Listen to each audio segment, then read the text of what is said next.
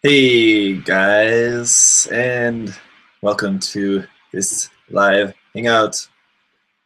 I see there's already been some of you guys chatting in the chat. I already said hello there.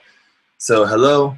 Yeah, I hope that some of you guys who maybe aren't able to catch the usual broadcasts, well, it's been a while since the last live show, but maybe if you haven't been able to catch one before, hopefully you'll be able to catch one this time. I don't think I've done one on a Sunday night, so hopefully this time works out for some of you guys.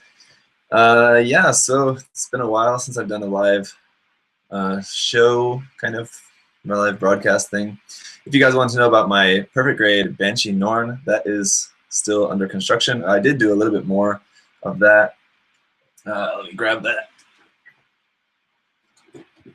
I did some more building of that off camera. I built, the arms are finished, the skirt is finished, and the feet are done here as well. So I want to build the legs, or at least one of the legs, on a live stream. So maybe later this week or something, maybe do another live stream where we'll build at least one of the legs for that.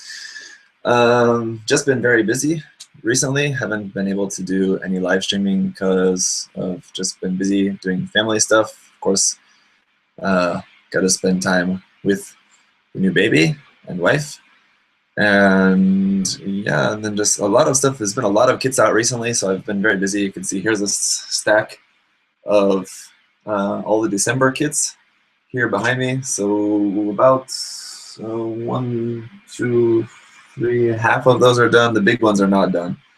The V2, the grays, and the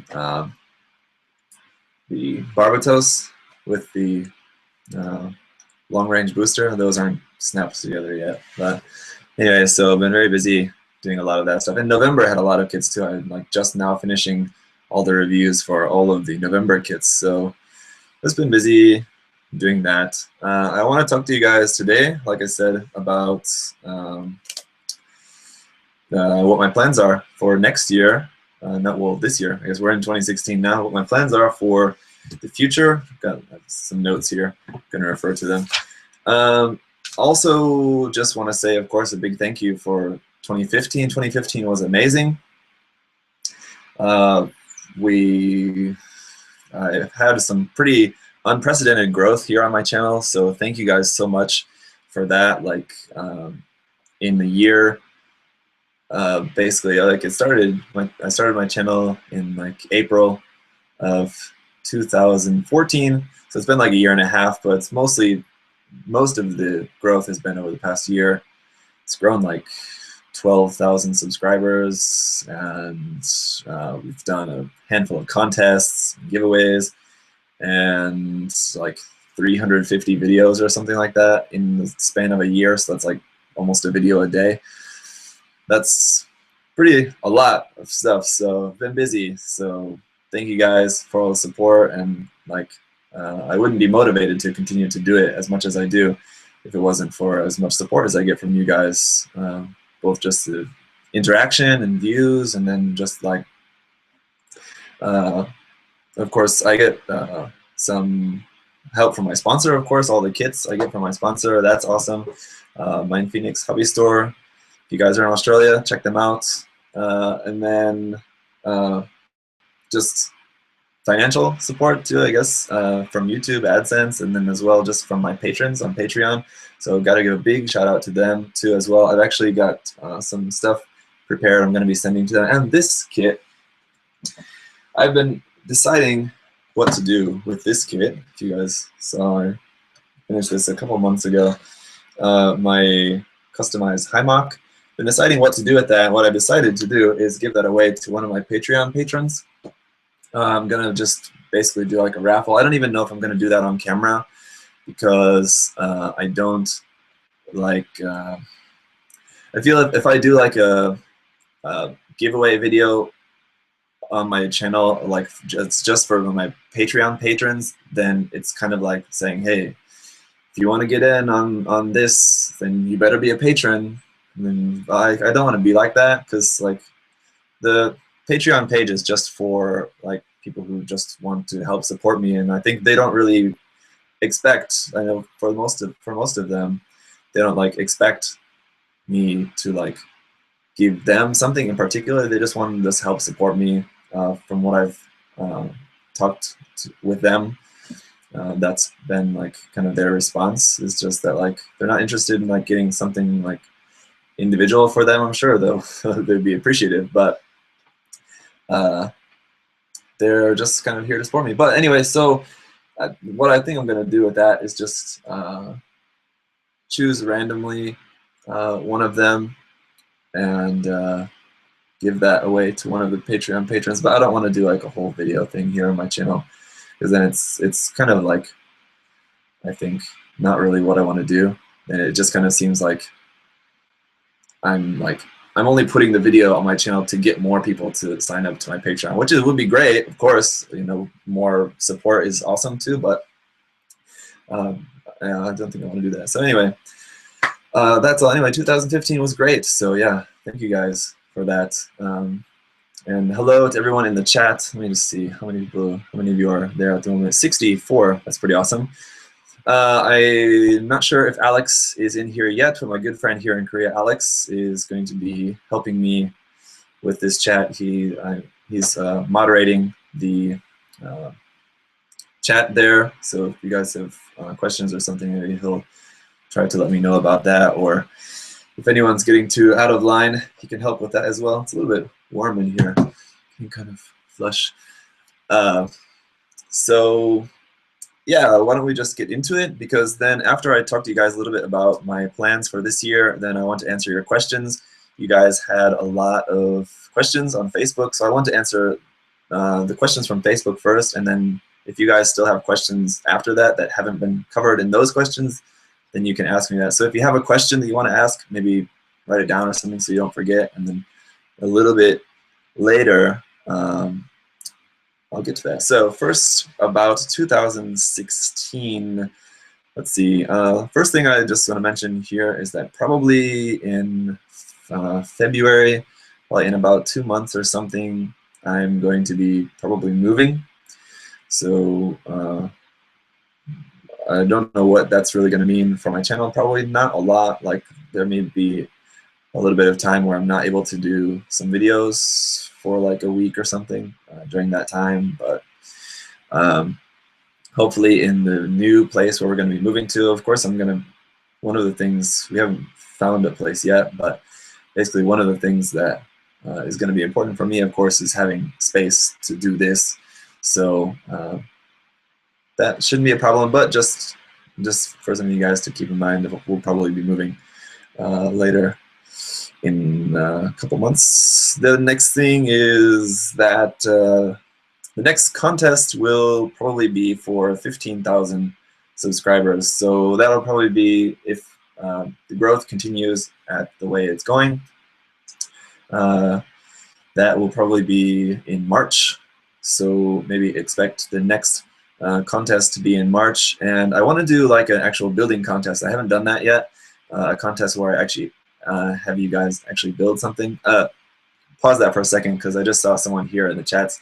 Dodi asked about update about the RE100 Kshatriya. As far as I've seen, there is no official announcement for 1/100 scale RE Kshatriya. There was a couple of images going around about that, but those are not official images, so there's no there's no actual confirmation that that kit is actually being produced at this moment. It's Bandai, gave us that image that said it's one of the ones that's being considered to be produced, but so far it's not in any sort of production phase that we know of. So there's nothing to update on that, because yeah, there's no actual evidence that it is actually in production. So that's about that. It would be cool to get that, but right now we don't even know if that's being produced yet. So anyway, back to this. Yeah, I haven't done an actual building contest, so I want to do a contest where having you guys actually build something. So it'll be themed, something like, a customized Zaku, or I don't know, a just non-UC kit or something like that. I don't know. we'll see. I need to think about it a little bit, but that's going to be for 15,000 subscribers. So at that time, of course, I'll have to give you guys a little bit of time to actually like build and do your kit or whatever. So I'll have to give like a month or something, and I'll have to maybe like let you guys know a little bit in advance. So yeah, that'll be probably in March. Will be the next big contest, and I don't know about what the prizes are going to be. Probably a couple of master grades or something for that, and then maybe, I don't know, a couple of shirts or something from my shop. As you can see, Alex is here, so hi Alex. I've seen a couple other friends there in the chat, so hello to you guys. Yeah, so, and also, okay, so my channel started off as just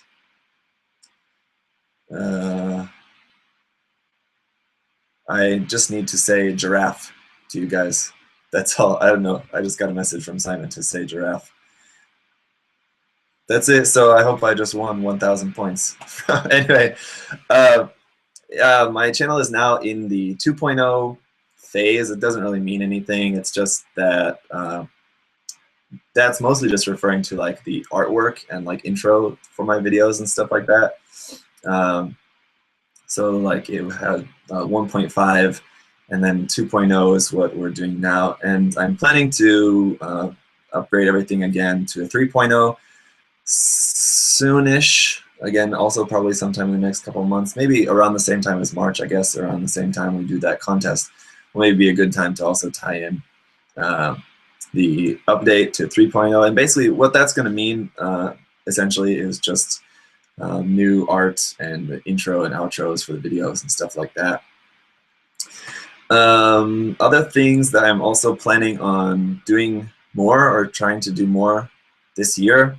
I've been listening, and if you guys have been on my Facebook page, I've asked this a couple of times recently about like what you guys want to see on the channel more in the future and what you like, what you don't like. And basically one of the biggest things that you guys want to see is more like work in progress stuff and like custom builds and painting and stuff like that.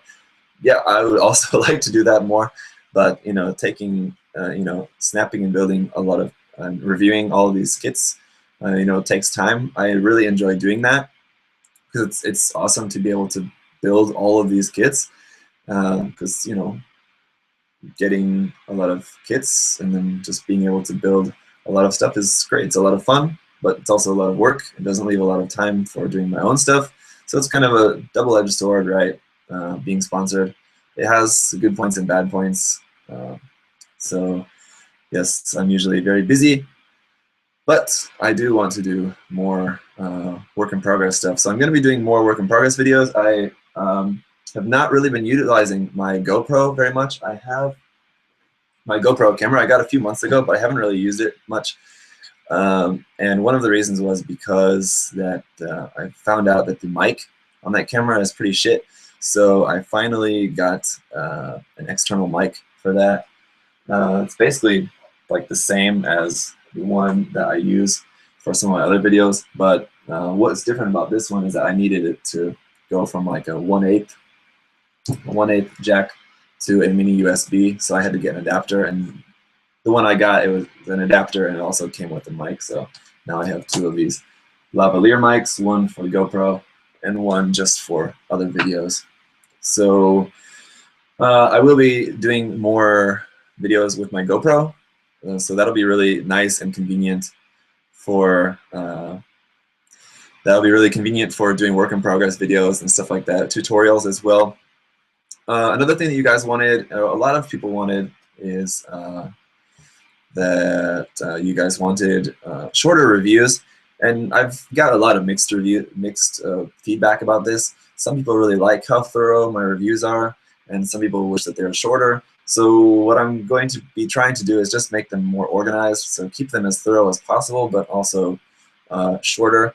I also asked you guys about how much you want to see about articulation in the videos, because I know some people, including me, don't really care to see anything about articulation when I watch a review video, but some people really do like to see that. So I'm going to try to still talk about articulation, but not spend too much time on it in the reviews, really. that's kind of how I'm going to go forward with that, because I always like to show you guys a few poses with the kit, and I think, you know, just showing the kit in different poses shows you, you know, what you can do with the articulation, right? So that, and then the other big thing that it's still not that big. The thing that I want to do, but I think that a lot of people will hopefully really enjoy this, is I want to start a new series of videos called Gunpla Quick Fix. And what the Gunpla Quick Fix videos are going to be is what you might imagine, just quick fixes that you can do for particular kits. So like, I want to have those videos be focused on like a specific thing that you can fix on a specific kit. So for example, I mentioned this in the review of the 1/100 scale Barbatos, painting the red lines on the Barbatos kits, the HD or the 1/100 scale. Of course, we all know those stickers are terrible, and painting that's much better. I think a lot of people can probably figure that out, but you know, there's a lot of beginners out there, and so that's going to be what a lot of these videos are going to be for in this series. So that's going to be one, just how to, a couple of different ways to paint those red markings on the Barbatos. Another thing that I get asked a lot is about how to fix broken V-fins. So I'm going to do a video about how to fix a broken V-fin, a video about how to fix broken pegs. It's another thing I get people asking me a lot. It's like, I broke this peg, how can I fix it? So I want to just do a video about that, fixing broken pegs. I can see someone just asked about that in the chat. Yeah. So fixing broken pegs, also just how to maybe do without pegs or whatever.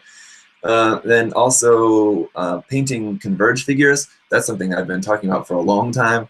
And basically what's been holding me back from that is that my desk is constantly busy, constantly messy, because I've been working on other projects. So basically what I'm working on finishing now is just the last bit of seam line removal on the master grade Wing Zero Custom.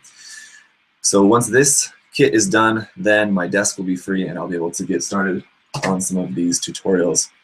So yeah, that's going to be one thing as well, just painting converged figures. Not like fully painting converged figures, but I mean just like doing a little bit of panel lining and a little bit of like detail painting on converged figures. I've got a couple, some here that I got, that the reviews for those are coming up as of tomorrow. So that'll be 4 of those videos. Another thing, also making beam sabers. So that was another little video that I want to make, how to make the beam saber handle as well as the effect part. I've got some beam saber effect part here. So I'll show you guys how to make that. It's very simple, and you can use that for making effects or adding to effects. It's a really cool, pretty simple kind of thing that you can do. I've done some experimenting with it. So yeah, I've got some ideas, and a lot of the ideas for that basically come from just ideas I've got from people who's asking me how to fix stuff. So, or just things like that. Another one that I mentioned recently was making funnel effect parts. That's also really simple. We're just going to use some of this here. Yeah. Some clear rod. Pretty simple. And maybe not this exact one. I'll have to get a different size. That one's kind of big. But yeah, so just things like that. And they'll be focused on like a certain kit in particular. Of course, like fixing a broken V-fin is not about any one particular kit, but I do want to do them for like a lot of specific kits. So maybe like for one kit, let's say like Hyakuren has a big seam line on the thigh part. Maybe I'll just do a quick video, a Gunpla quick fix video on how to fix that seam line on the Hyakuren thigh. That's it. So just stuff like that. That's what I'm going to do. And otherwise, that is pretty much it. The other thing, and this, I feel really terrible about this. My interview with Sori Kim a couple months ago, maybe you guys know, I went to Seoul and Alex helped me a lot. So thank you again, Alex, for helping with that. I went there and interviewed Sori Kim, who is an amazing modeler and artist. I've been working on editing that, but I just haven't had time to do the translation on that because, of course, his part of the interview is in Korean. So I need my wife's help for that, and we've both been busy with the baby, so it's kind of hard to get the time to do that. So I'm on winter vacation now from school, so hopefully I've got some time now. Hopefully within this month, maybe we can get that video finished and I can get that out to you guys. Yeah, there's a lot to translate there. He had a lot of really cool things to say, so I don't want to cut anything out. I want to keep as much in as I can. That's just going to be a lot of translation. And so definitely be excited about that because it's going to be an awesome video, and I really can't wait for you guys to see it, but just give me a little bit more time to finish that because it's a lot of work, that video is. So between everything else, you know, if I didn't have anything else to do, it wouldn't be that much work, but just between everything else, you know, it's hard to get a minute to really do that. So that is pretty much it for my plans for 2016. Nothing too like earth-shattering or anything like that. I think it's going to be, for the most part, just continuing on. I know for the past like 2 months, basically, my channel has been pretty much just like just unboxings and reviews, and that's pretty much it. Gunpla news, of course. I do want to get back to some more varied stuff. Like I said, doing some of these tutorials, doing some more question and answer videos, some more live streaming and things like that. So just bear with me a little bit, guys. I do want to keep my content as varied as possible, but of course, you know, I do have a full-time job and a family as well. So just I know you guys are patient, so thank you for that. Anyway, I appreciate I never get like comments from people like saying, why don't you put out more videos, or like, why don't you put out some more different kind of videos instead of just all these reviews. I've never gotten any comment like that, but just for me, even I feel like I don't want to put out only just unboxings and reviews. And those are important, and a lot of people like that stuff, but for me, I want to do other stuff as well too. Someone asked in the chat a little bit ago, 10 minutes ago or something like that, if this is my full-time job. No, it's not. I wish it was, and I've actually been kind of putting a little bit of thought into that as to like if it would be feasibly possible to do this as a full-time job. Recently, I've been thinking about that quite a lot, actually, and kind of making some plans, doing a little bit of research to see if that is going to be possible. So I don't know. I'm thinking about that, but you know, I have a good job now, so it's being able to do this as a full-time job would mean being able to get quite a good amount of revenue to support a family, right? So, you know, obviously I do this because I'm very passionate about it. I really love doing this for you guys, and you guys are awesome. But, you know, I do have to put food on the table, right? So that's that. So anyway, that's it for everything that I wanted to talk about, I think, for this year. Now I do want to talk about answer some of your guys' questions. So let's see. I want to pull this out, not like that, into a separate window. There we go. Okay. Excuse me, man, as I'm just keeping this prepared as best as I can. Not the most prepared, but you guys will be patient for a minute. I just want to go to my Facebook page and pull up where you guys asked all of your questions. To answer one of the questions, right off the bat, someone asked, do I have a girlfriend? That's pretty easy to answer. I am married and have a son. Let's see. Should have pulled this up before this, so apologies, guys. Give me just a minute to get to this. It's already buried under a handful of other posts here on my channel, on my Facebook page. But we get to it here. There we go. Got it. Let's see. Your comments, your questions. 44 comments on there, so 44 questions to go through. I don't think we'll get through them all, but I'll try to get through as many of these as I can so that you guys who are watching in the chat can also ask your questions as well if they're not already answers here. So I'm just going to go through these down the list.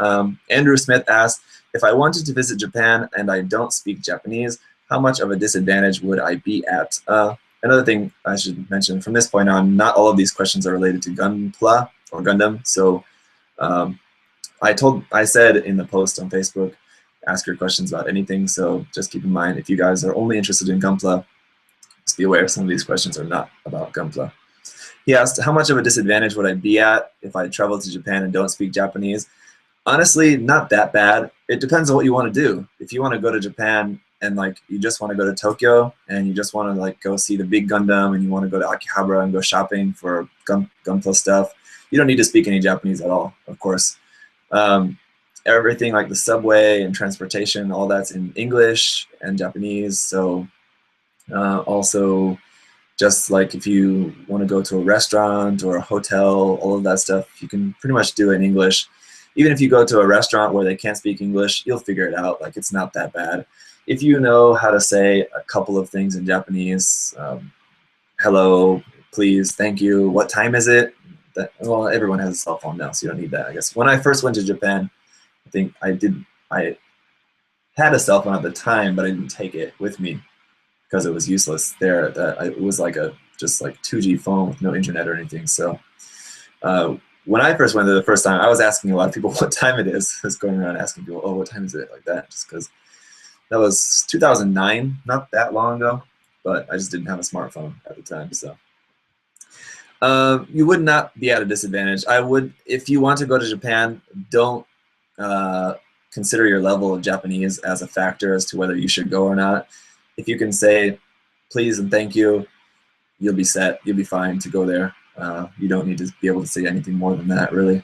Of course, if you want to get into more trouble, you need to speak a little bit more Japanese. Next question. I'm probably not going to be able to pronounce all these names, so sorry about that, guys. Eriman Manimbao, sorry if I mispronounced that, asked, what made you live there in Korea and how was it? Well, I'm still here, so how is it? It's great. That's why I'm still here. The other reason that I'm still here is because I'm married and my wife is Korean. That's what made me come here. When I was maybe 15 or 16, I heard about like the JET program and other things like this. The JET program is like a program for foreigners to come into Japan to teach English. And I'd heard like all you need basically for the requirements is just a college degree and to be from an English-speaking country. So basically from the time I was 15 or 16, I planned to move to Japan after college. When it came that time after college, I wasn't accepted into the JET program, which is basically the only way to go to Japan, where they pay for your flight. Pretty much any other English teaching job, they're not going to pay for your flight. So I didn't have the money to just move to Japan and look for a job there. So I looked into other options, and one of the other options was Korea. And here, pretty much every school will pay for your flight and pay for your apartment, and like give you a phone. So it's like the startup. You can come here to teach in Korea with like $300 in your pocket, and you'd be fine. Really, all you need money for is your first month's worth of food and groceries and stuff like that till you get your first paycheck. That's all you need. I ended up coming to Korea first, and I still wanted to go to Japan, so I stayed here in Korea for 2 years, and then I went to Japan and I spent a year there, but then I came back here because I was still dating my Korean girlfriend, who is now my wife. So I came back to Korea because I wanted to marry her. That's why. And so I spent a year in Japan. It was great. I also love it here in Korea. I'm kind of glad in a way that I came to Korea first, because I think if I would have just gone directly to Japan, I never would have had the experience of living in Korea. And it's definitely a much different experience, much different from Japan, more different than I think you would imagine. Samuel Bastianello asked, how was the process of moving to Japan, Korea in terms of language, culture, habits in general? Not that bad, again, but that totally depends on your own personality. If you're a very open person and you're not very picky about like food and stuff, or like if you're just not a complainer in general, then you'll be fine. If you are just a very picky person, of course you're going to have trouble moving to like the next city over, let alone another country. So the process for me was not difficult at all. And like I said, coming to Korea with very little money was not a problem. When I moved to Japan, I had more money at that time, so I was okay. But that was still even more expensive than I was expecting. Moving to Japan is quite expensive. Someone in the chat asked, can we see your wife? I don't know. She's probably never going to appear in any of the videos. There's no reason for her to, except just to show you guys. So probably not, but maybe at some point she might appear in a video. Anyway, next question. Jorge Miguel Lynch Baez asked, would you be making more Gunpla for cheap, and will you add other modelers to help you? So I guess he's referring to the Gunpla for cheap series that I did with Justinius Builds and Simon at Gundam UK. I'm not planning on doing another series like that because I covered pretty much everything I wanted to say in that series, but I think just the future tutorials and stuff will include things related to that topic, I think. So that is that. So I'll be doing more tutorials, but not exactly in the Gunpla for cheap name. Kenji Stargazer asked, what is your dream kit if it was made by Bandai or a third party? Well, that'd probably be the Deep Striker, and that is getting made by Mechanicore. But since that is getting made already, then maybe a Hummingbird. That would be one I wish. My ideal version of the Hummingbird would be a RE100, probably. A Master Grade would be nice, but that would be very expensive as well. Not the biggest concern, but I think it would be more fitting to a RE100. Anyway, Hummingbird would be really cool. What else? I don't know. What's it called? Solomon Express. A Gundam from Solomon Express. That would be really awesome as well. I think that would also be very fitting for the RE100 line because it's just like a side story. That one I know, though, is also, I think, owned by Dengeki Hobby, so Bandai can't produce kits from that series. So that'd be something like a third party could do, and that'd be really cool. Also, pretty much just anything from Advance of Zeta, but again, that also is, as far as I know, not owned by Bandai, so that's why they can't make more kits from that series unless they buy the rights back from Dengeki Hobby or something, I guess, is how that would have to go. But anyway, so yeah, that'd be my answer for that. Gilbert Gomez asks, you have a great channel on YouTube. We see plenty of reviews, unboxing, and will you see any completed projects from you in the near future? Well, the next completed project you'll see from me is the Master Grade Wing Zero. Here's just a little bit look at that. Sorry, I can't see this, but hopefully you can see that. I painted the pilot figure inside there, which was fun. Anyway, it's coming along very well. Just a handful of parts I need to finish painting on that and just finish that up. That'll be the next completed project. After that will be the Banshee. It will be the perfect grade Banshee Noah will be the next thing that I'm going to be painting. And something else. I'm going to be doing a build off with Henry, Vegeta 8259. After that, more on that later. Brian Carrion asked, what do you think of a possible revamp of the original Gundam anime? That'd be awesome. Basically, I guess what that'd be similar to is the Origin. If they just basically continued the Origin series and covered like the 1 Year War, would be cool. I'd be into it. Toby Aleng Yang. Sorry again. Sorry if I'm mispronouncing that. What's the most awkward situation you've been in as a foreigner in Korea? Oh, I don't know. I don't know. Kind of just being a foreigner in Korea in general is kind of awkward a lot of times. But again, it's just kind of how you kind of feel about that personally, or just how your personality is towards that. I don't know, my most awkward moment, probably not a moment that I should share publicly on YouTube, or now that I'm married. So I guess that'll be a story for a private conversation, or never. So sorry about that.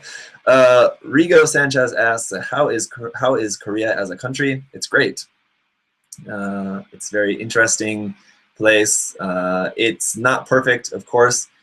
There are a lot of things to be annoyed or frustrated with living in Korea, but that's the same as everywhere. So there's pros and cons. The food is very good. A lot of fresh food, which is really nice. So a lot of like local food, especially the produce, is a lot of local stuff, which is good. Pretty much everything in terms of like the Korean food produce comes from here in Korea, which is good. He says, I've been thinking about visiting it with my wife, and I just want to hear someone who lives there give their opinion on the area. Also, do you prefer kit bashing or scratch building? I'll come back to that question in a minute. The other thing about if you want to visit Korea, I would recommend you don't just come here and visit Seoul. Seeing the rest of the country is, in my opinion, so much better than Seoul. Like Seoul is just a big city.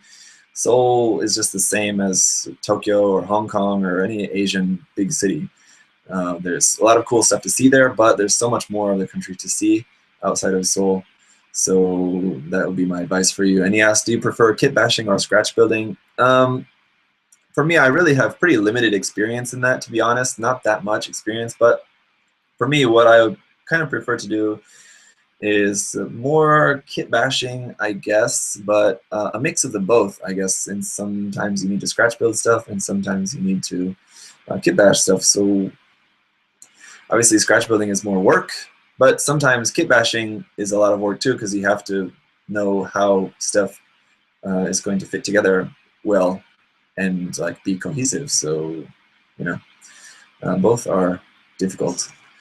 Chris Mitchell asks, what's the best and worst thing about the Gundam and modeling community? The best thing is people sharing awesome work. It's awesome to be inspired by people's awesome work that you see around. I get a lot of inspiration ideas from seeing awesome stuff that other people are doing, so that is probably the best thing. The worst thing about the community is probably just the worst thing about any community. You have some people who are just assholes, so, you know, that's just too bad, and that's just kind of the way of pretty much any community. You have people who are just rude, not understanding of people. You know, a lot of people, you know, more experienced modelers and stuff like that, just to be real and be honest with you guys here for a minute, a lot of people, more experienced modelers and things like that, can get very annoyed with people who are like beginners, especially on the Facebook community I've seen, and I'm not like calling out anyone or throwing anyone under the bus. I've been guilty of this as well. Sometimes people get annoyed seeing like a lot of the like beginners just like really basic simple questions that like could be solved with a simple Google search, or just like work in progress photos of like a snap build where there's like nothing to show really, you know what I mean? So but you know, everyone's a beginner at some point, so you know, that's kind of my whole thing about it, is that I'm never gonna like take the piss out of someone or like cut someone down for being a beginner, because I was a beginner too once. So like, you have to start somewhere. You have to be patient with people who are beginners, who are just trying to learn. So yeah, I mean, when people are just kind of assholes to other people, you know, it's just not really very helpful, and it just makes things negative. So, you know. War Machine 395 asks, what is your favorite mech design, not limited to any particular series like Zoids, Gundam, or 5-star stories?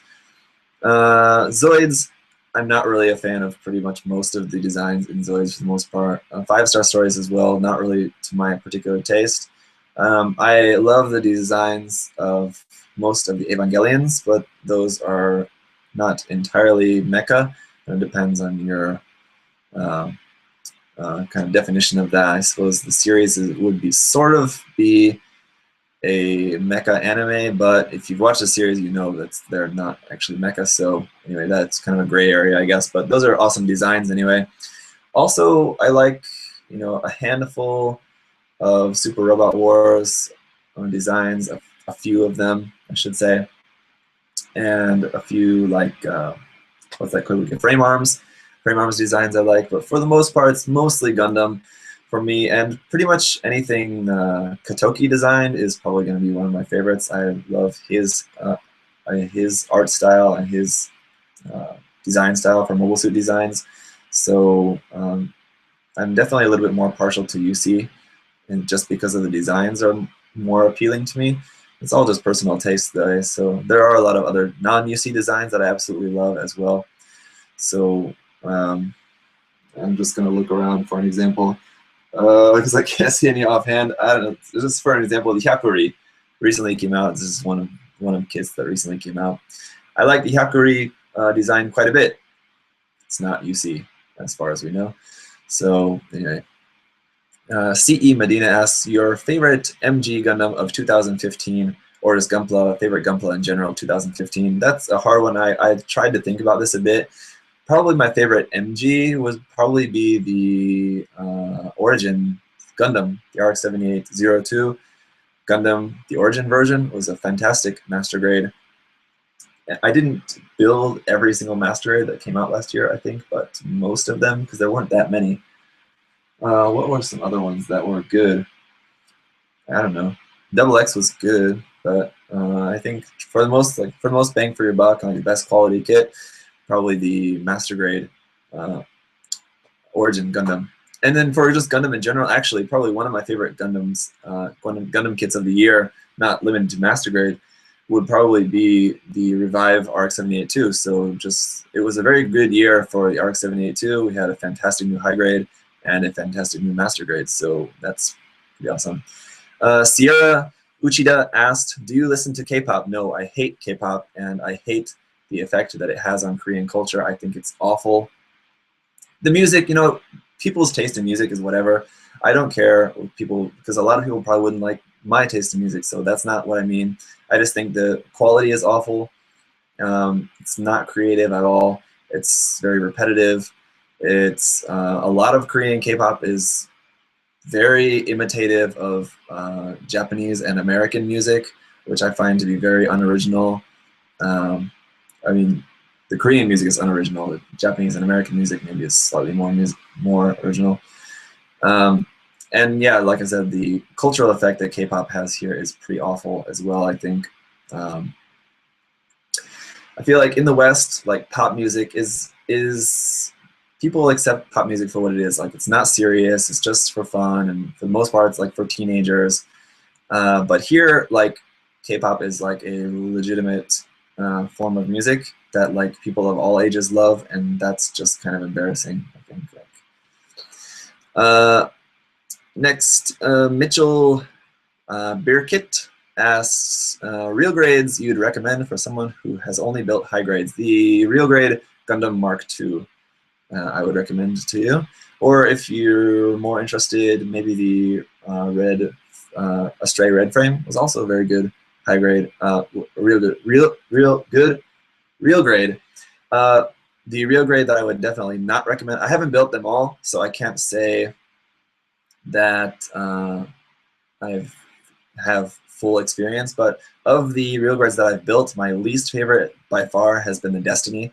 It was not a great real grade for me in my personal taste, so that would be the one I would least recommend. Jeng Kwan asks, how were you introduced to this hobby? Gunpla. I'll come back to that question, and I just want to answer the question in the chat. Someone asked, Sham Chauti asked, do you like the intro song for IBO? It's okay. Honestly, I don't like a lot of that kind of Japanese music. I do like a lot of other Japanese music. My favorite Japanese band is Rintoshite Shigure. If you guys have never heard of that band, I would highly recommend you check them out, Rintoshite Shigure. Also, Mono is an amazing Japanese band. Mono, just M-N-M-O-N-O. Also, I'm friends with a really amazing Japanese musician, Takahiro Kido. I've used some of his videos in some of his music in my past videos, and when I was in university, I used a lot of his music. So I've become friends with him.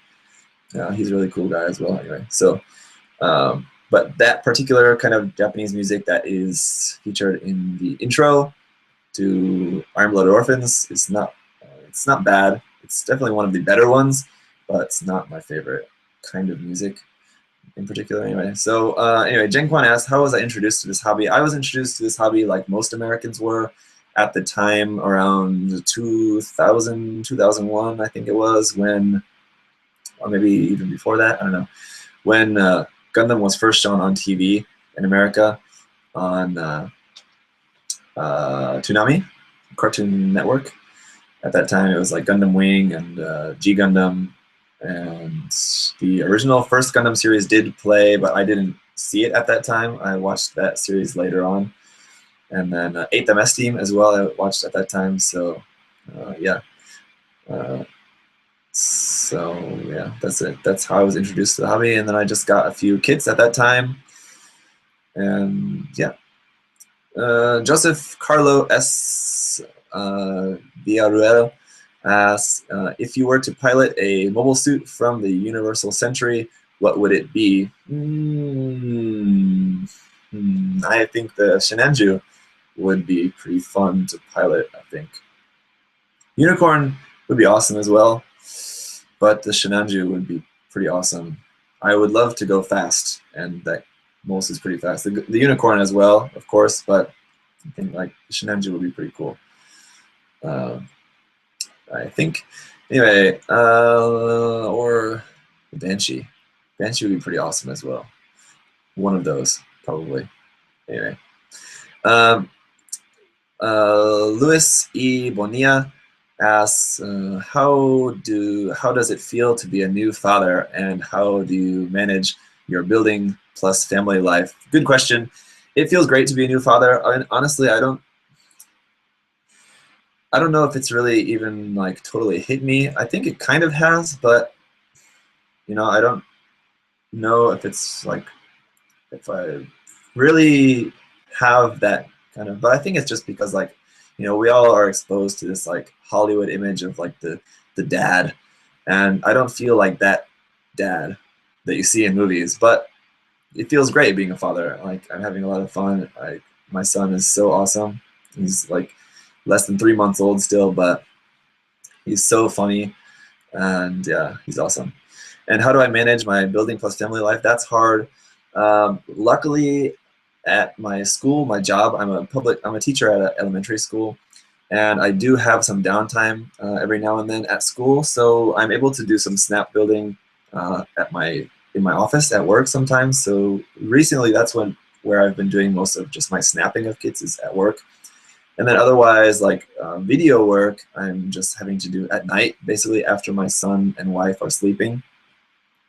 So yeah, I just have like a couple hours after they go to sleep, and I can do some stuff here before I need to sleep. So that's pretty much how I'm able to balance my time. It's not ideal, but it's the only way to do it, you know, at this point. Ariman Nanimbao, he asked another question. He asked a question before. Anyway, he has another question here. He said, do you listen to K-pop? No, I already answered that. If you do, what's your favorite boy-girl artist group? No. Really, the only Korean group that I like is not a pop group. There's a Korean band that I do like called the Koks, spelled with a K. K-O-C-K or K-O-K-K-S, something like that. Anyway, the Koks, they're an alright band. I haven't kept up with their recent material, but I got into their album they had out a few years ago. And that's their own. I haven't kept up with them at all, but that album was pretty cool. Then let's see, what is the next question? Apollo Ong Min asks, worst kit you have built so far? I didn't build it, but I watched Alex build it. Was the Space Jahannam from Reconquista MG. Was a pretty awful kit, I think. Just the overall design, the engineering was pretty bad.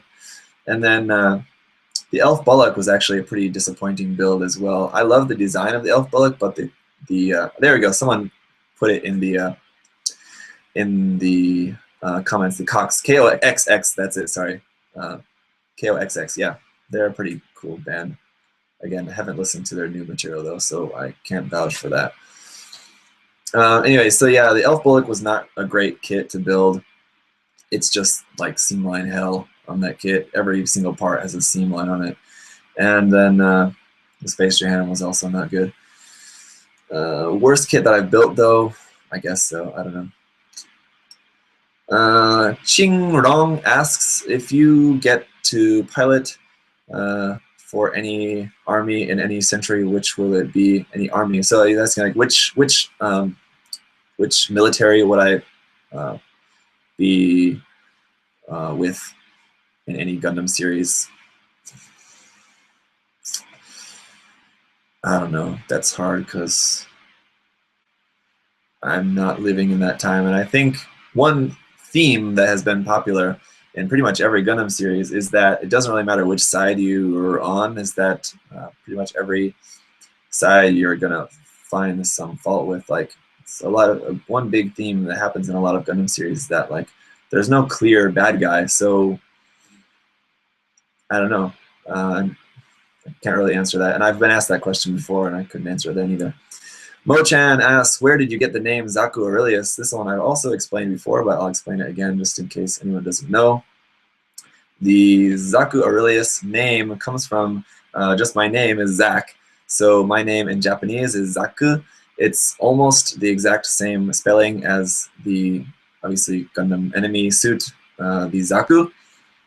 The spelling in katakana is slightly different, but it's very close. So anyway, my nickname among my Japanese friends has just been Zaku, just because they know I love Gundam, and it's basically my name. And then my wife has also started, not just recently, she's been using that nickname for me as well, Zaku. So Zaku is just kind of a nickname, and because it's almost my name anyway. And then Aurelius comes from the Roman emperor and Stoic philosopher Marcus Aurelius. I'm very much into Stoicism. Stoicism is basically like my religion. Kind of, I'm not religious, I'm agnostic. I'm very much into Stoicism, so that's where the name comes from. I have a lot of respect for Marcus Aurelius. Really, probably one of the best books ever written, in my personal opinion. Would be the Meditations of Marcus Aurelius. I would highly recommend that book to anyone. So that's where the name comes from. Clint de Jesus asks, what's your favorite thing about your girlfriend? I don't have a girlfriend, so I can't answer that. Alex asks, who is this Alex guy you keep talking about? He seems like a dope friend. Yeah, I mean, he's all right. He's not like the coolest guy in the world, but I don't know. He's all right. Just kidding. Alex is awesome. The friend Alex that I talk about sometimes here on my channel, and he sometimes gives me kits to share with you guys, and he sometimes gives me kits to give to you guys in contests and stuff. So Alex is awesome. I met Alex here in Korea. He's living here in Korea as well. We met on Facebook. We were both in a Korean Facebook, a Korean Gundam Facebook group. And so I think when I was posting in there, he sent me a message like, wow, another foreigner in this group. Good to meet you. And then we just kind of became friends after that, because there aren't too many foreigners that we know of who are so into Gunpla as we are. So it's cool having someone here in the country that also shares your hobby. Awan Azim asks, have you seen the new Star Wars The Force Awakens yet? Better than the originals or prequels or not? I don't know. Honestly, I have seen it. I've seen it twice. I've seen the new Star Wars twice, and I honestly am a little bit not sure how I think about it. I think I need to see it again later at home, because like the original Star Wars movie, the original trilogy, of course I didn't see in the theater. I saw them in the theater later when they were remastered. But I didn't have that experience of seeing them in the theater at first. I saw them as at home. And then like the prequels I saw in the theater, but you know, the prequels are the prequels. They're okay, but obviously they're not great. So this new one, it felt like a very theater experience. I don't know how I'm gonna feel about it watching it just at home later. I think I'm gonna like it, but honestly, it feels like it's a very like by the numbers book. Obviously, one of the things that people didn't like about it was how much it was similar to A New Hope, and I agree with that. I thought that during the movie, when they blew up the Star Killer base, I was like, that was way too easy. Like, with the Death Star, I feel like that had more of a presence, and that was more kind of awe-inspiring. But with Star Killer base, it's bigger, right, and more powerful, which was cool. And like to see like that thing in action was definitely like, damn. But like it's just a bigger Death Star, so it's not like the most inspiring thing. So yeah, I don't know. It was good, definitely. It was a very well-made film. I'll give it that. The just all the design work in that, everything was so well done. The characters were better than the prequels. The writing was miles better than the prequels. The writing was good. But yeah, the story, I don't know. And I think the other problem about it is that A New Hope stands by itself as just a movie. You don't need to see any other Star Wars movies. You can just watch A New Hope, and like that's a complete movie.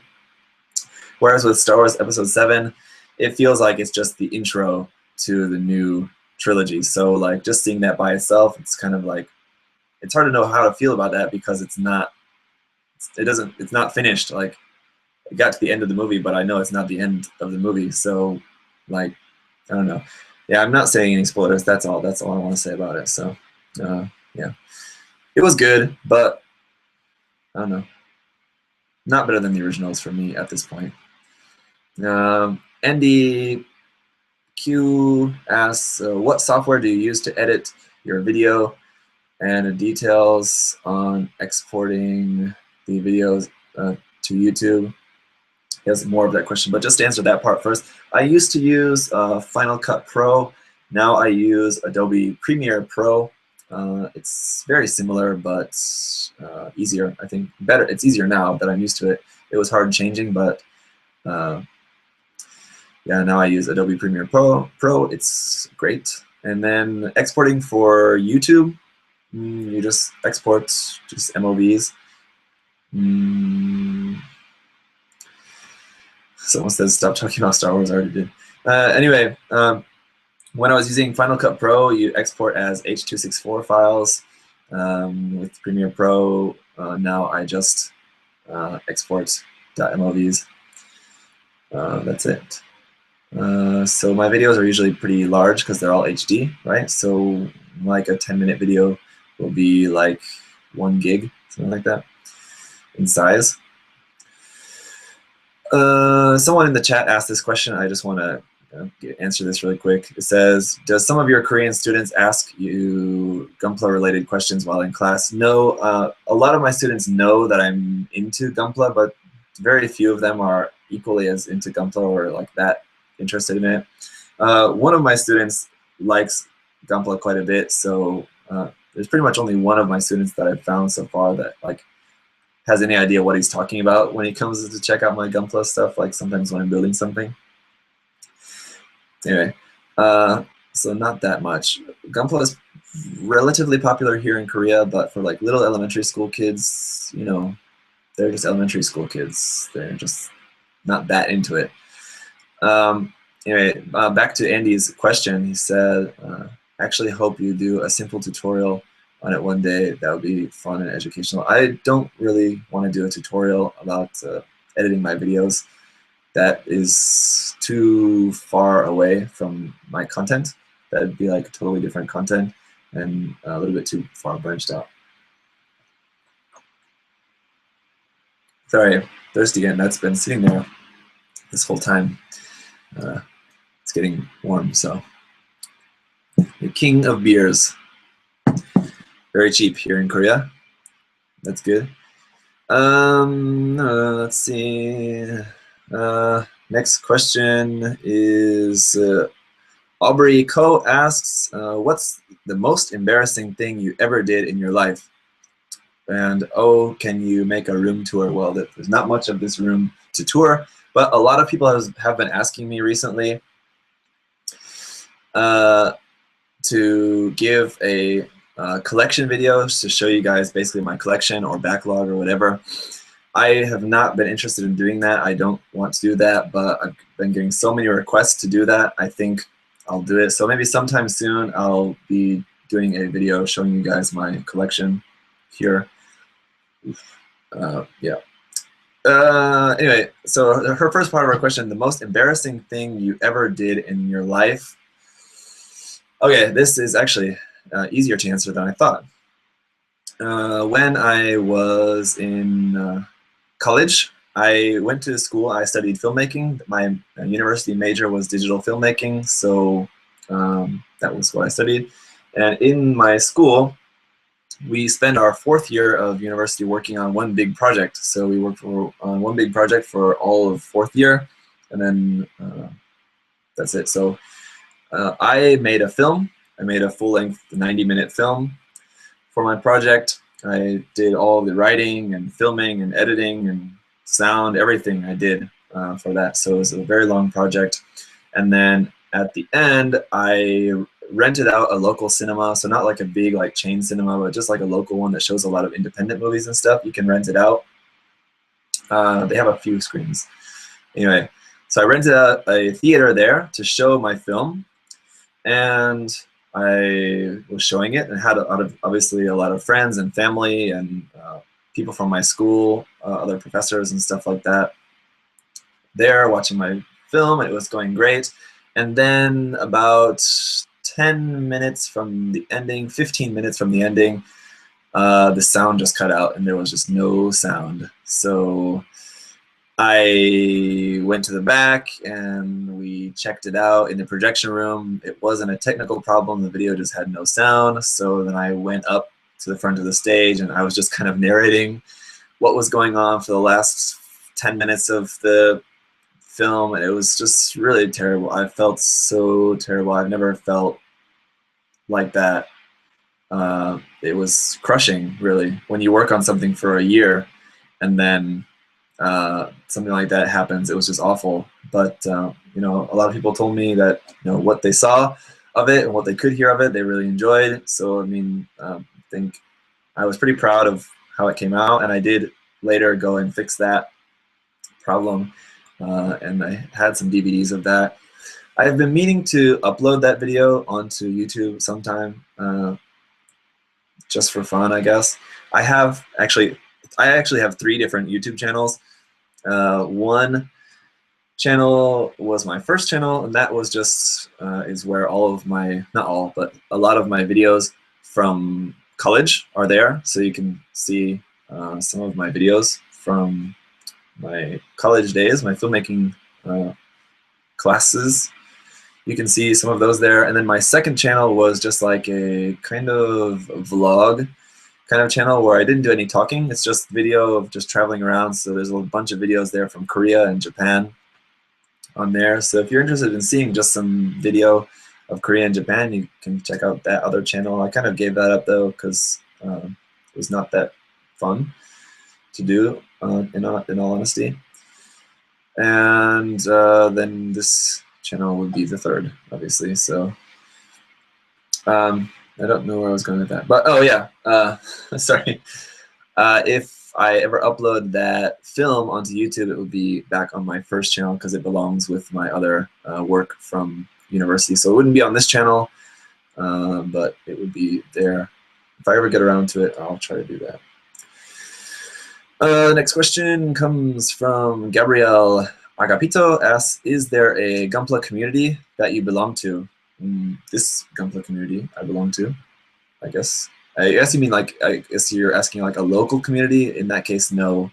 Korea doesn't really have those much compared to other countries. Despite Gunpla being very popular here, we don't really have communities that much. Facebook, that's it.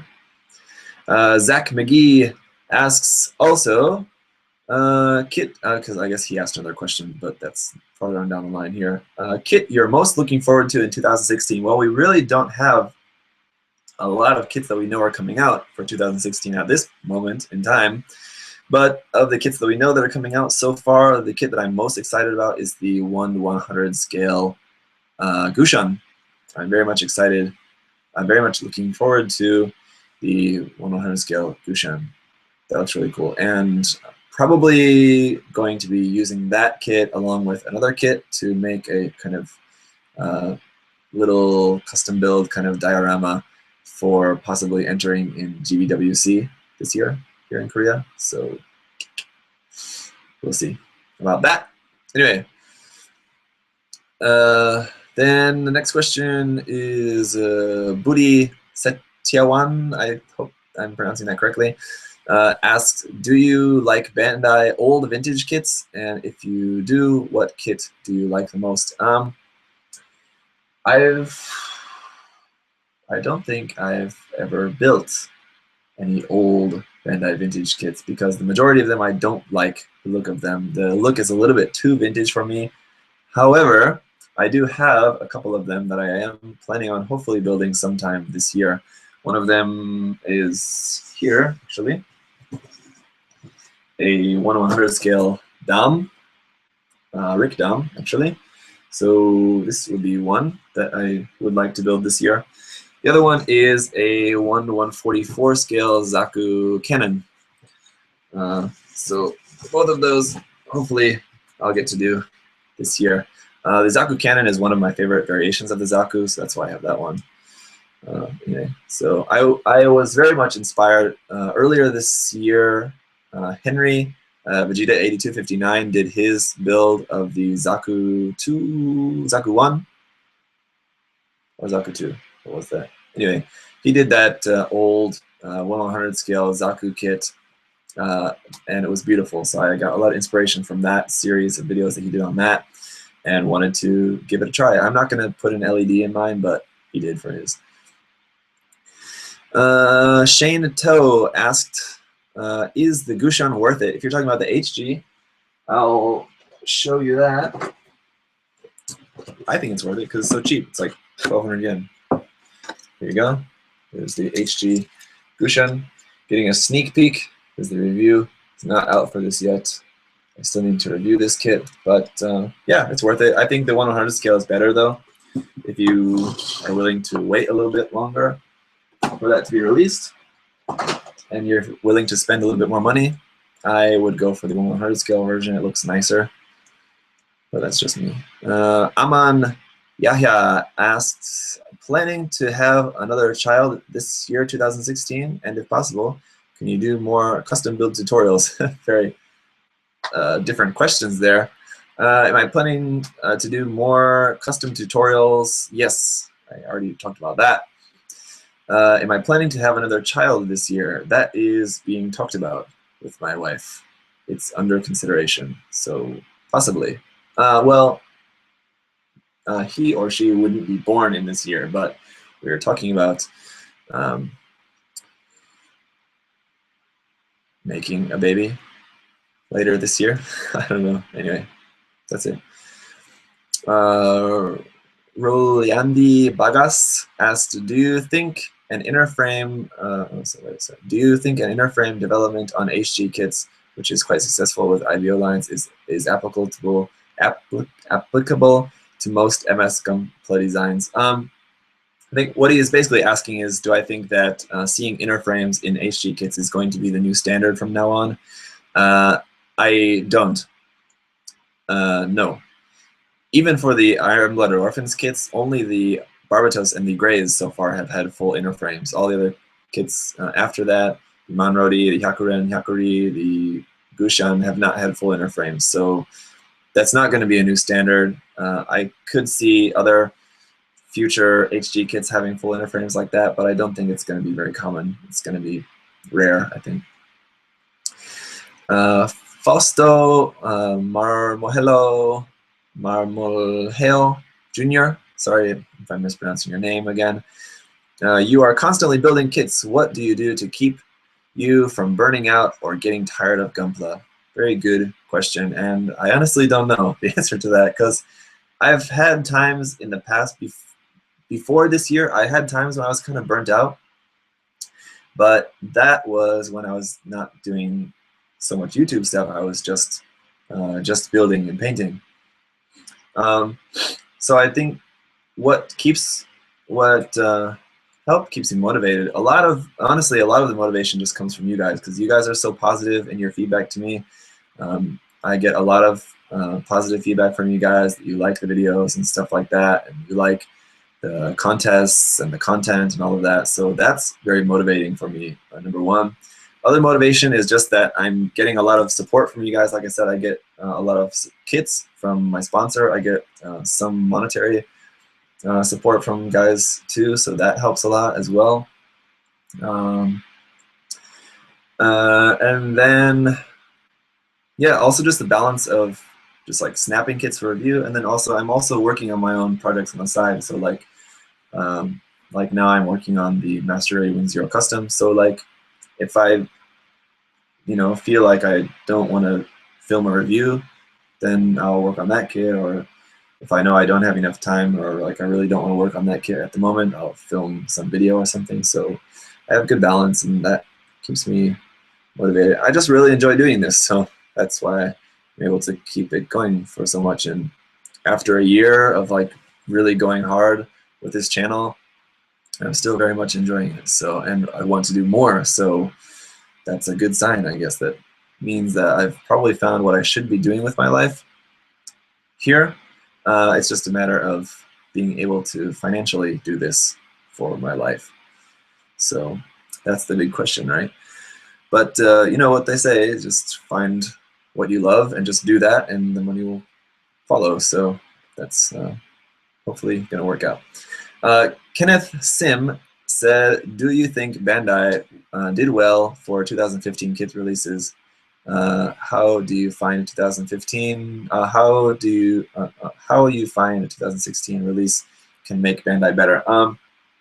How was 2015, and how can 2016 be better? 2015 was good, I think, for the most part. We obviously had a lot of recycling and stuff with the Build Fighters series, which some people like and some people didn't like. The HG Reconquista and G kits were not great for the most part. Some of them were pretty good. Some of them were not that great. Very few master grades, that's disappointing.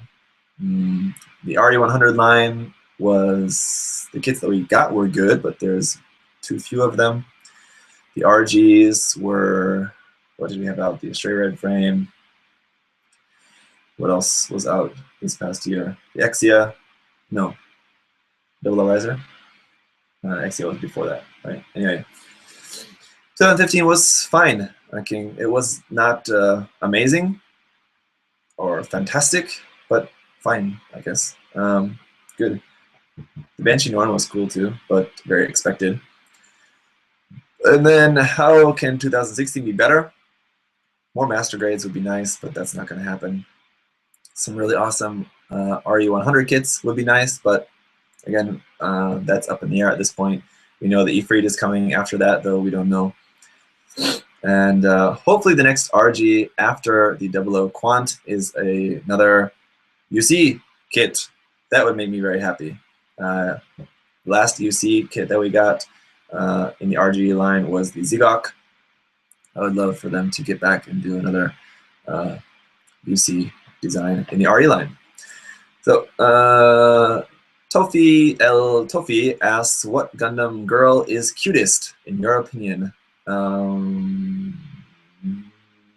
Cutest? I don't know.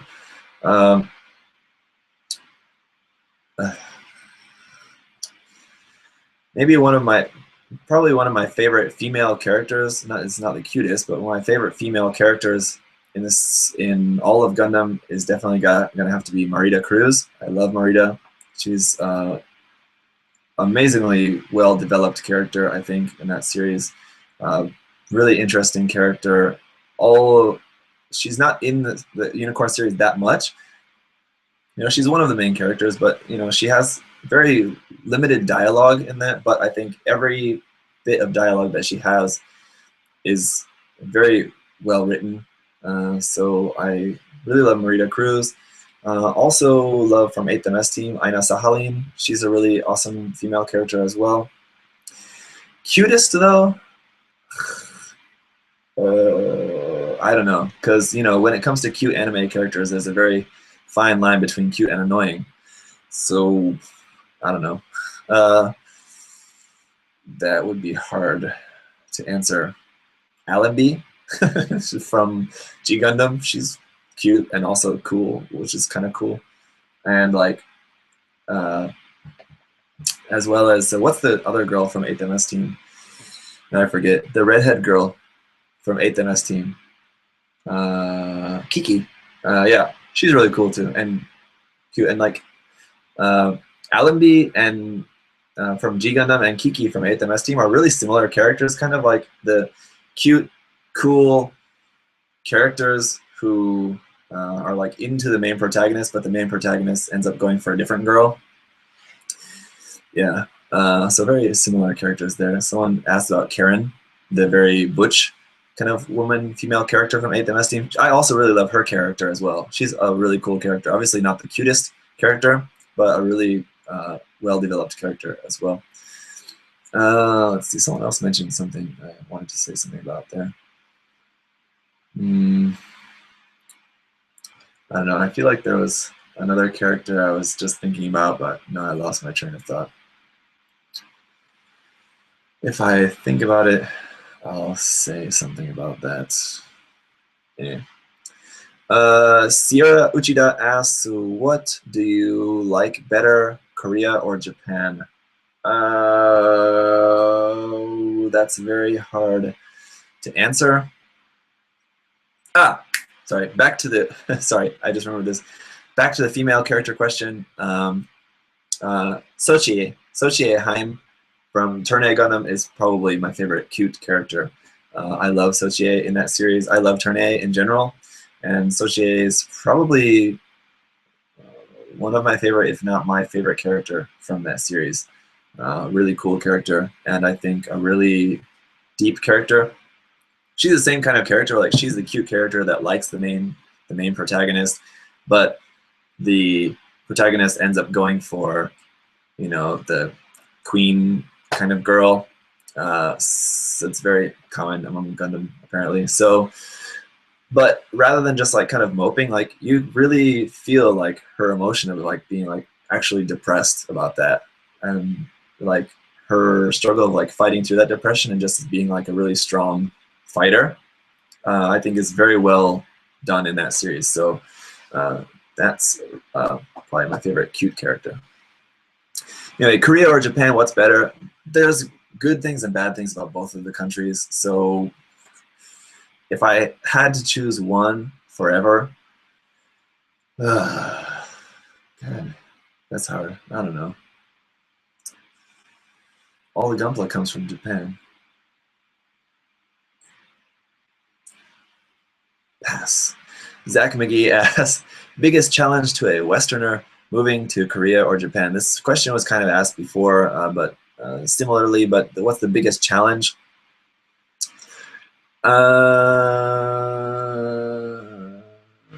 Being treated differently. That's the biggest challenge.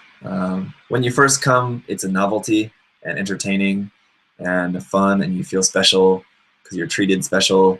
But after you live here for a while, you just want to live your normal life. You don't want to be treated special. You don't want to be treated like some sort of clown or some person who doesn't belong. You want to just be able to go somewhere, like to a restaurant or something, and just order your food and not have people like staring at you or like obviously like talking about you. I'm not saying that happens all the time, but it happens. And more so in Korea than Japan from my experience, but I never lived, where I live in Korea is a kind of smaller city. I never lived in a small city in Japan. I lived in Nagoya, which is a very big city. And but I did visit some smaller towns. Anyway, I didn't feel that as much in Japan as I do here in Korea. That's a big challenge. It's just like an emotional challenge, really. Brahmantya Yoga. Sorry. Your most favorite kit in 2015? Maybe the Master Grade Origin Gundam. Maybe. That was a really awesome kit.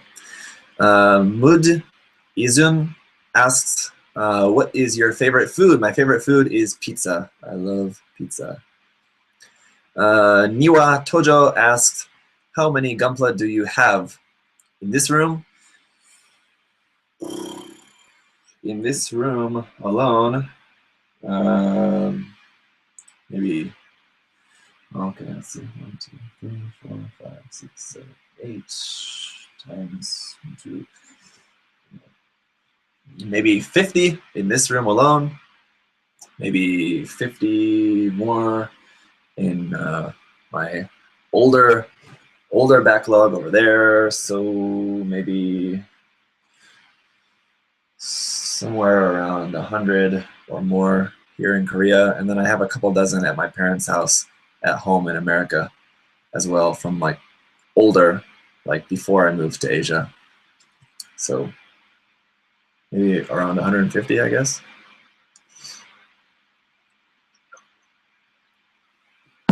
Quite a lot, but it's grown so much from my sponsorship, so that's why I have especially a lot now. Oh, darn. I lost my place here in the questions. Let me find that again, just a minute. Let's see. Okay, here we go. Phil Pan asks, what's your current favorite kit? Current favorite kit in all of the world is, just because I'm looking at one here, I'm gonna say the Master Grade Unicorn. Here we go. It is, I don't know, it's probably not my most favorite kit because it's not the easiest kit to work with. It's very complicated, which is nice. It's a cool kit. One reason I love the Master Grade Unicorn is because we have a lot of different versions of it, and there's a lot of different ways you can set the armor and stuff, but I don't know. No, I just said that because I saw it. I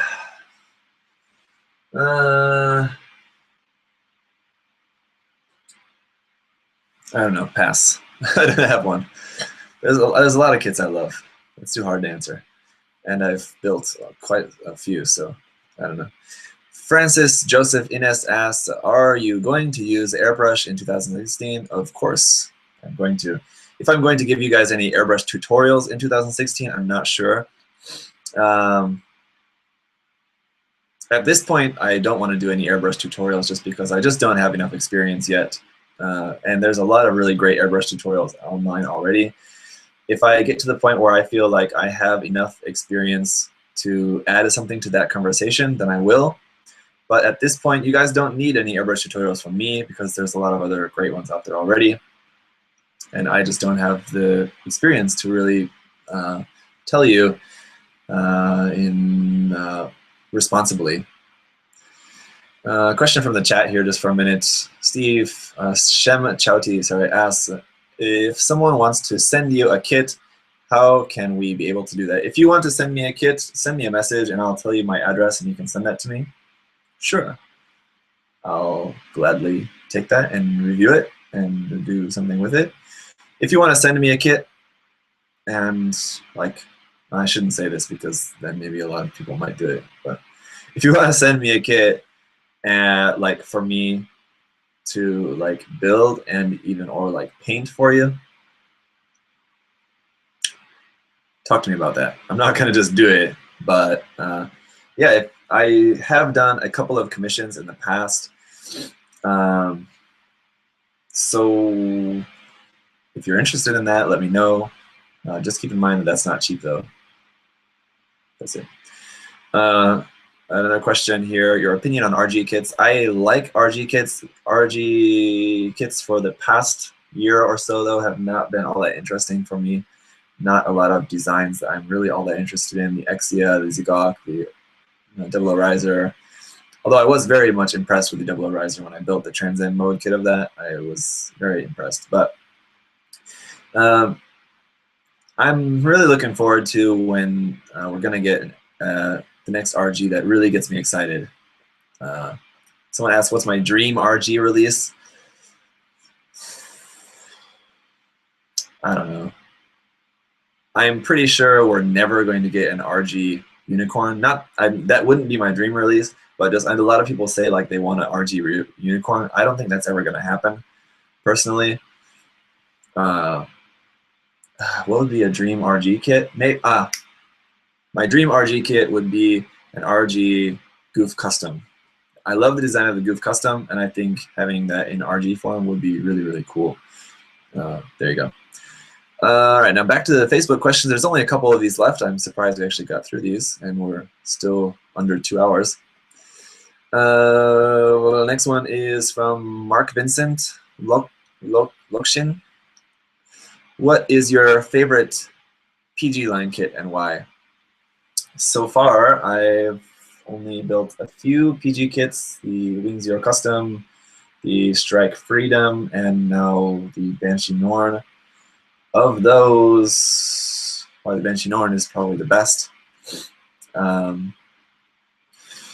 The Perfect Grade Strike Freedom was very forgettable. Not a kit that I would recommend. It's very expensive, and if you love the Strike Freedom, then you'll like it. But otherwise, it's not really the greatest kit, I think, personally.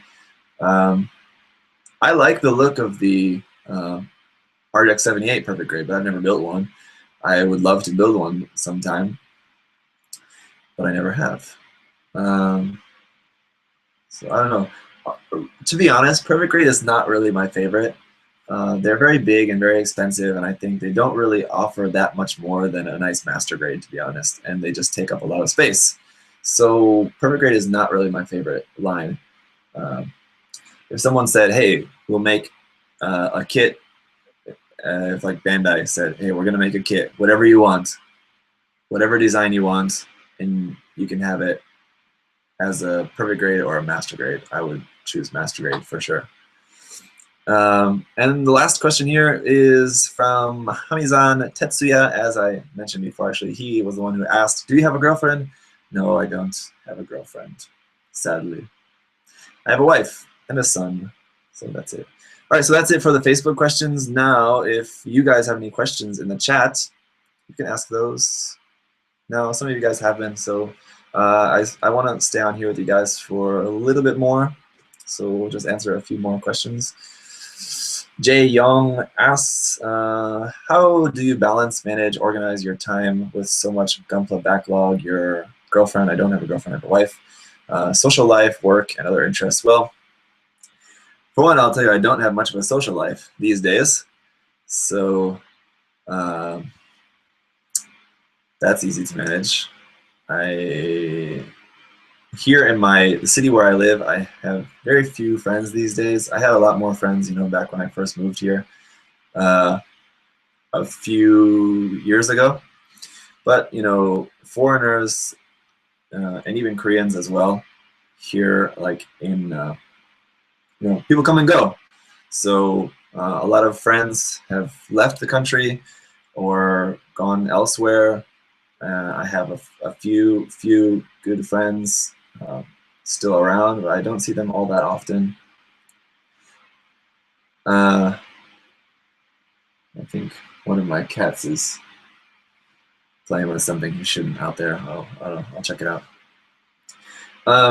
So anyway, how I manage my time, I said that before, basically. I just, I work in the day, my full-time job at school is 9 to 5, 8 to 5 really. Then I do some other work after that, like teaching, some like private teaching for a few hours after work.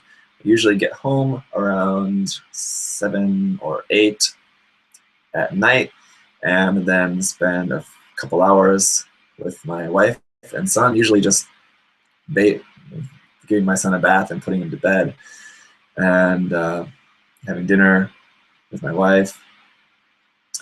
And then if I have energy, doing some Gunpla work after that. So yeah, it's a tough balance. Anthony S. Eccles, I don't know if I'm pronouncing that right, said, do you think Bandai Sunrise will ever make a major push on the European market and expand the size of GBWC to more countries other than just Italy so far? I think that the GBWC should absolutely include at least the UK, possibly maybe France as well. There's a lot of good builders in France, I know. So I don't know, you know, for Bandai to expand more in Europe, that means people need to buy more of their products in Europe. So if you want, if you're living in Europe and you want Bandai to be there, try to get more of your friends into Gunpla, I guess. That's the only way. Because they're just a company. They're not like choosing favorites. It's not like they just don't like Europe.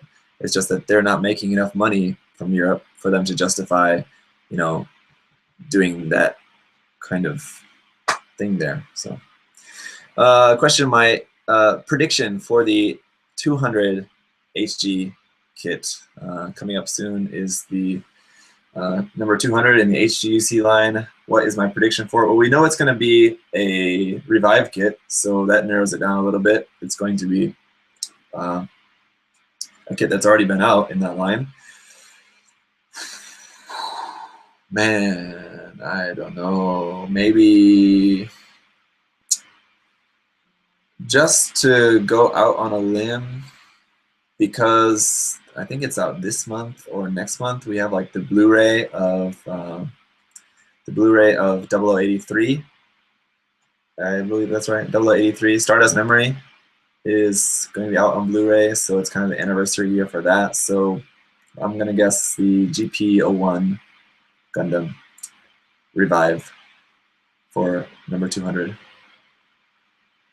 We'll see. I don't know. Fuzzy Hog Down asks, Zach, any non-Gunpla kits you are working on at the moment? Yes, actually. You guys are going to see this video later this week about this, but I'll just show you this now. The Kiroro Gocho from Keroro. You guys will see more about that kit on my channel this week. That's the non-Gunpla kit I'm working on at the moment. After that, I don't know, but that is also, I forgot to mention that actually. Thank you for bringing that up, actually. When I talked about what my plans are for this year, one of my plans for this year is to work on more non-Gunpla related stuff. So probably a frame arms kit. Probably the Type 48 frame arms is maybe a kit that I want to work on this year, as well as a Muv-Luv kit. I have a couple of Muv-Luv kits. I'd like to work on one of those. And then I have, what else? I have a couple other non-Gunpla stuff. So yeah, someone asked Machining Krieger. Maybe not Machining Krieger, not this year, unless something changes. But any plans for some Super Robot Wars kits? Probably not Super Robot Wars. Frame Arms Girl? No, not that. Just regular frame arms. I have the Type 48 as well as the new Type 48 Sniper. So I have both of those kits. I want to build the regular Type 48 first before I build the Sniper kit. But yeah, you'll be seeing some more non-Gunpla stuff on my channel here this year, hopefully. It's just, again, it's just a matter of time because those kits aren't new. And I'm always reviewing the new stuff first. That's always kind of the priority because that stuff comes from my sponsor. So it's just a matter of what I can fit in time-wise between that stuff. So that's the thing. Question is favorite Zaku and Grays variants. My favorite variant of the Grays at this point would be the Grays Kai 1, not the new red one, the Grays Kai. Favorite Zaku variant is, there's so many. The first one that would come to mind would be the Zaku Cannon. I like that. The Zaku Cannon Master Grade 2.0 is probably one of my favorite kits of all time. I love that kit. It's a really, really nice kit. Favorite P Bandai kits that I have is, I don't know. There's a lot. Someone asked, what's your view on the 172nd Algebra Solu Valvaloi by Kotobukiya? I don't know what that is, so sorry. Are we getting a V2 Verka review in February? By February? Yeah. The V2 Verka review will be out this month, sometime this month. I'll get to it as soon as possible, but I need to build the kit first, and I have all these other kits to review first. So just to give you guys a rundown of the reviews, it's probably going to be Gushan, Manrodi, Kubele, Hyakuran Amida Custom, option set 2. Then maybe the Victory, and then the Grays and the Barbatos after that. So, someone also asked, are we going to see Star Wars kits reviews soon? I have 2 of those here. This is another kit that I would like to work on sooner than later. I would really like to work on this kit soon too, is the Patlabor kits. So yeah, hopefully sometime. But then I also have a couple of Star Wars kits there, the C-3PO and the R2-D2 kits. I bought those for my wife because she's a Star Wars fan too. But again, with the baby, very hard to have time to work on those kits. So I wanted us to build those together because I bought them for her, so I want to help her to build that. But yeah, it's just a matter of if we have time. Someone asks, have you ever built a 1/148 scale mega size Gunpla before? If not, what would you want to build? I have a mega size Zaku here, and that is going to be actually one of my projects coming up very soon. So maybe after the Perfect Grade Banshee, one of the next projects that I'm going to be painting is going to be a mega size Zaku. That's going to be a gift for one of my Japanese friends, one of my best friends in Japan, if not the best friend in Japan. He and his wife own a cafe, and so I'm gonna paint that and kind of like customize for their cafe for it to be like a display in their cafe. So that'll be a really cool project I'm gonna be doing. You'll see more about that later. I'll do a few videos on that process. Maybe, again, just as soon as I finish the PG Banshee Norn, and I would like to finish that as soon as possible, but we'll just have to see. Someone asked, where is my hometown? My hometown is a smaller town in Illinois, in the United States. Not that small, but not very big. It's not like a farm town. It's like a city, but yeah. Favorite Zeta Gundam variant? That's a good question because the Zeta Gundam is actually not one of my favorite designs, to be honest. So my favorite variation would probably be the Hummingbird. That's pretty easy to answer though, because as I said before, I would love to see a kit of the Hummingbird. That is one Zeta variation I would love to see. Just the regular Zeta and even the Zeta 2 are not really, not Zeta 2, I mean the double Zeta, but Zeta 2 as well are not really some of my favorite designs. The Faz is cool though. The Master Grade is not the greatest though, sadly. Question, does the Master Grade Strike Freedom full burst still hold to today's Master Grade standard? I don't know about that kit, so sorry, I couldn't say. But I would say the Master Grade Strike Freedom full burst is probably still a very good kit. It's not that old.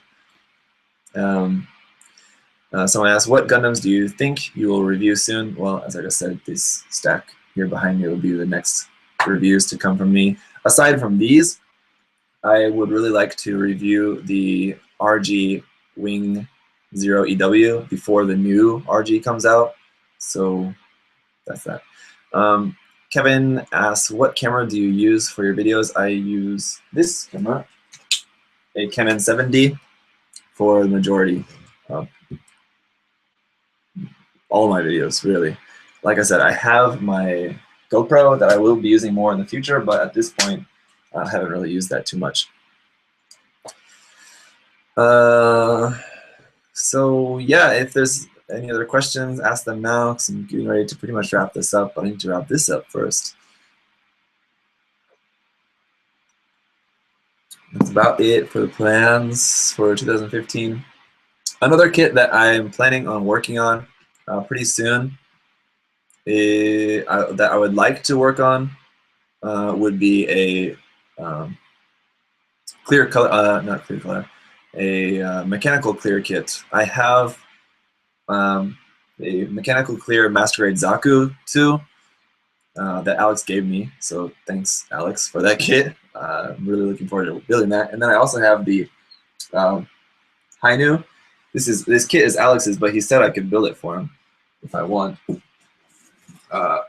This one, this mechanical clear kit, I would like to do that. It's Alex's, but if he's willing, I would like to build that kit because what I want to do with a mechanical clear kit is paint the inner frame, just like give the inner frame a really nice paint job, and then just like on the outside, some decals or whatever.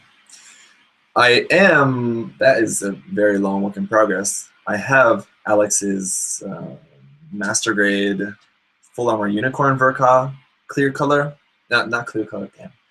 Mechanical clear, so the mechanical clear version of the full armor unicorn Gundam. That's like half done. That I really need to finish. I did a work in progress video on that like 200, 300 videos ago. I haven't been able to finish it yet, so I really should finish that first. Rufu asked, favorite Gundam show? So favorite Gundam series, that would either be Unicorn, Turn A, or 8MS Team. Those are my favorites. And someone else just asked the same question.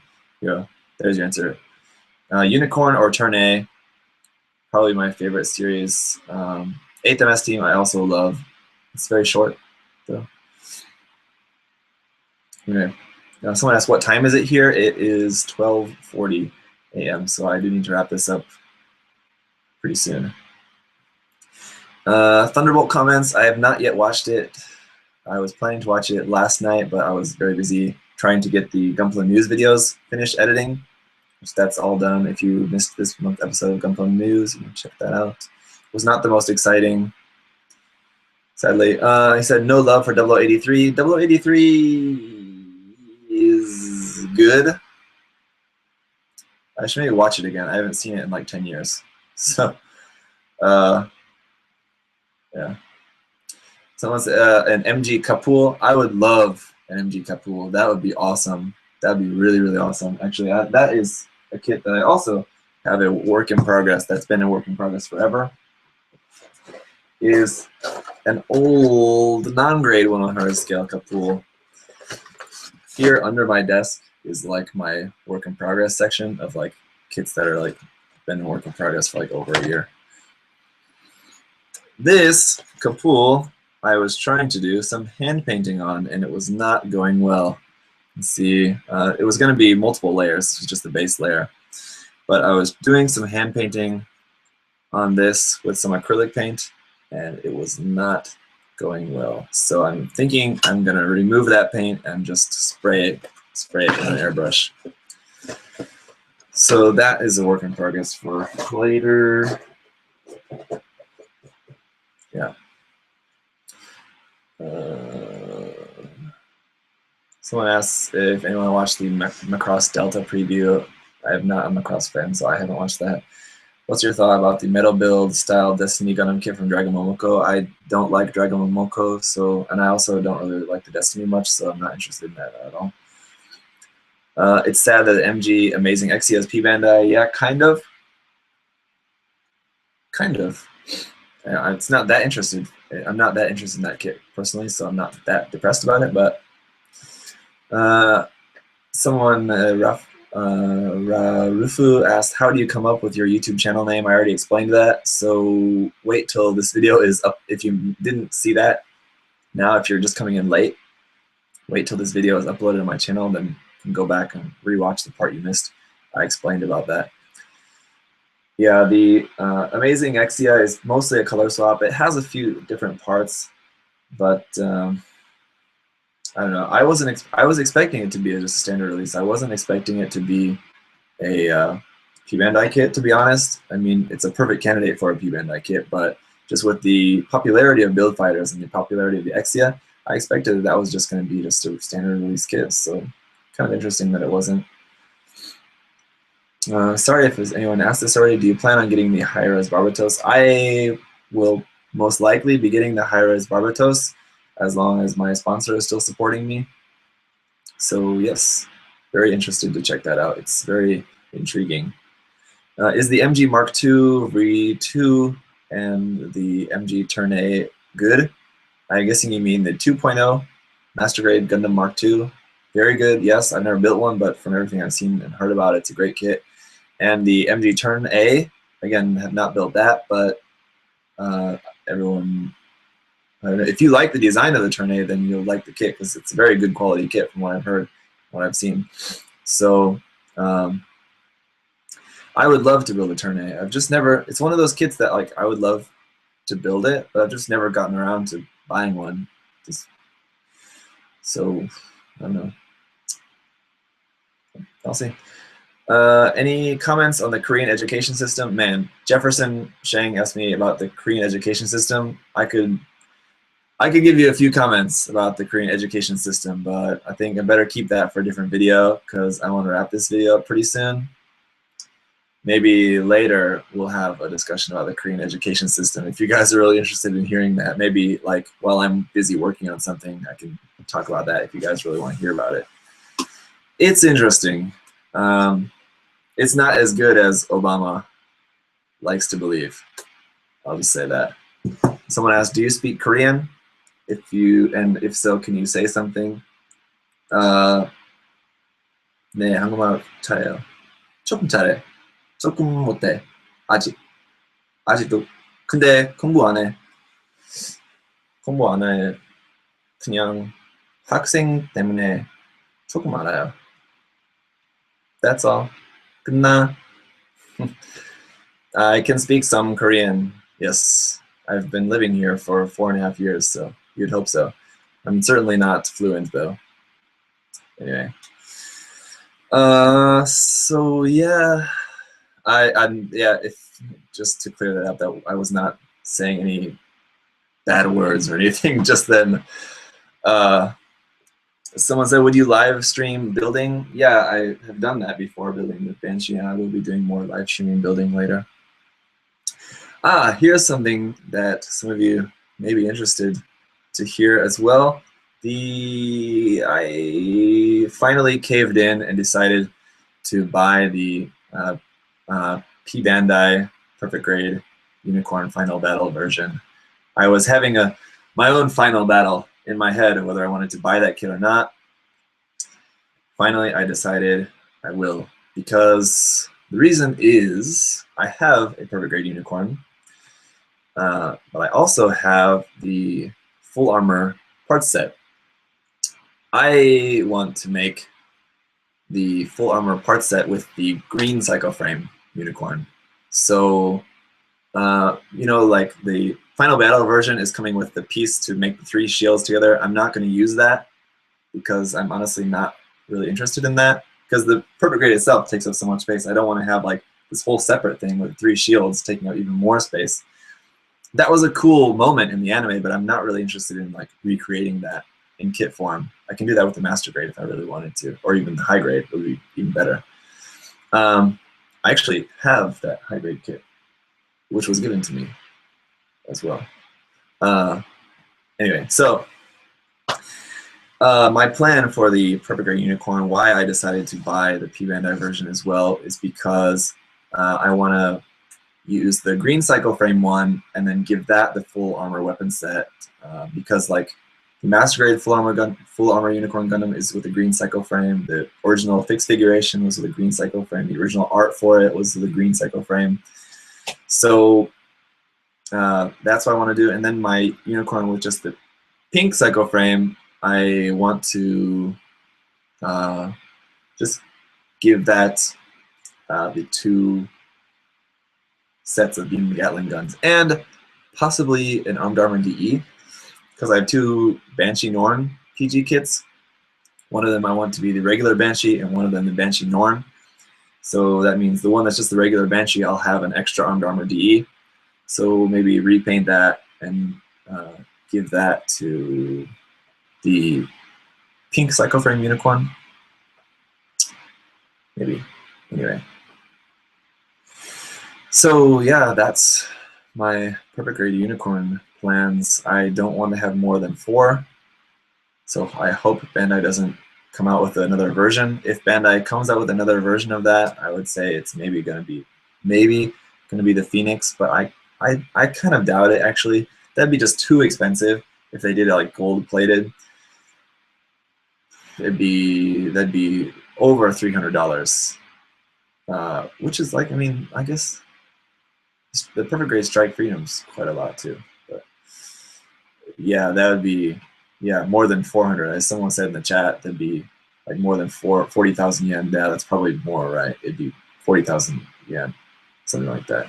Way too expensive for a Bandai. They wouldn't be able to sell enough of that, I think, for it to be cost effective. But I don't know. They've already got the kit, pretty much. They need to make just like 4 new pieces. So, I don't know. Yeah, all the armor is undergated, so it definitely is possible, but I think it's just the cost of it, and I think Bandai would have to consider. I don't know. I still want to get the Master Grade Phoenix, and I haven't never got one. I don't know. So anyway, it's pretty much it. I need to shower and go to sleep. So thank you guys for tuning in. I think I didn't check very often, but I think we had an average of 60 or 70 people watching this at any point during the show. So thank you guys so much. That's awesome. I think that's the best numbers I've had for a live stream so far. So thank you guys so much, everyone who came in to watch. I hope you guys are excited. Like I said, the plans that I have for 2016 are not huge, but hopefully it's something you guys are excited about.